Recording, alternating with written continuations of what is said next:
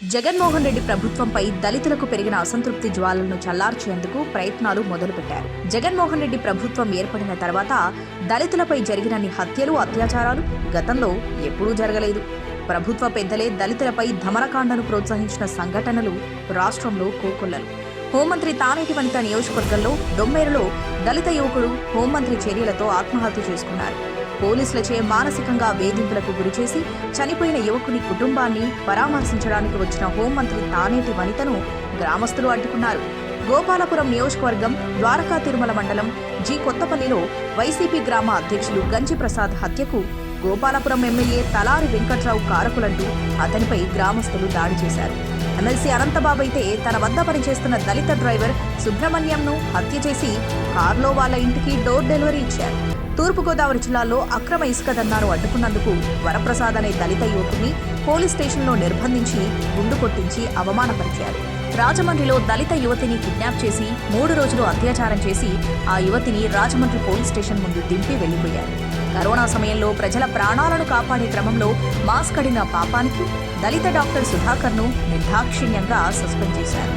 Doctor సుధాకర్ను మానసికంగా వేధిస్తూ నడి రోడ్డుపై పోలీసులతో కాళ్ళు చేతులు కట్టించి కొట్టించి బలవంతంగా పిచ్చాసుపత్రిలో చేర్చి హత్య చేశారు. ప్రభుత్వ ఉద్యోగాలు భర్తీ చేయకపోవడంతో రాష్ట్రంలో ముఖ్యంగా దళితులు తీవ్రంగా నష్టపోయారు. ఎస్సీ కార్పొరేషన్, ఎస్టీ కార్పొరేషన్ నిధులను నవరత్నాలకు మళ్లించి దళితులకు జగన్మోహన్ రెడ్డి మొండిచేయి చూపించారు. దళితులకు మేనమామ అని చెబుతూ కంసమామగా తయారై వారి పతనానికి జగన్మోహన్ రెడ్డి పునాదులు వేశారు.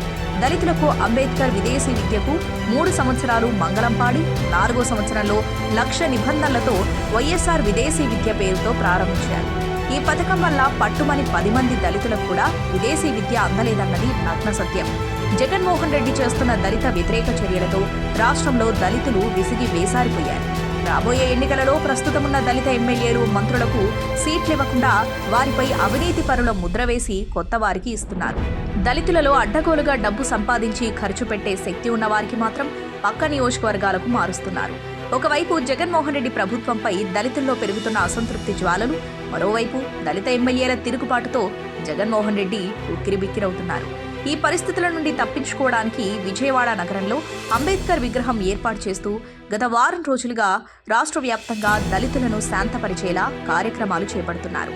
అమరావతి రాజధాని ప్రాంతంలో చంద్రబాబు నాయుడు అంబేద్కర్ స్మృతివనం పేరుతో ఒక పెద్ద ప్రాజెక్టుకు రూపకల్పన చేస్తే దానిని అంతమొందించి విజయవాడ నగరంలో అంబేద్కర్ విగ్రహాన్ని జగన్మోహన్ రెడ్డి ఏర్పాటు చేస్తున్నారు.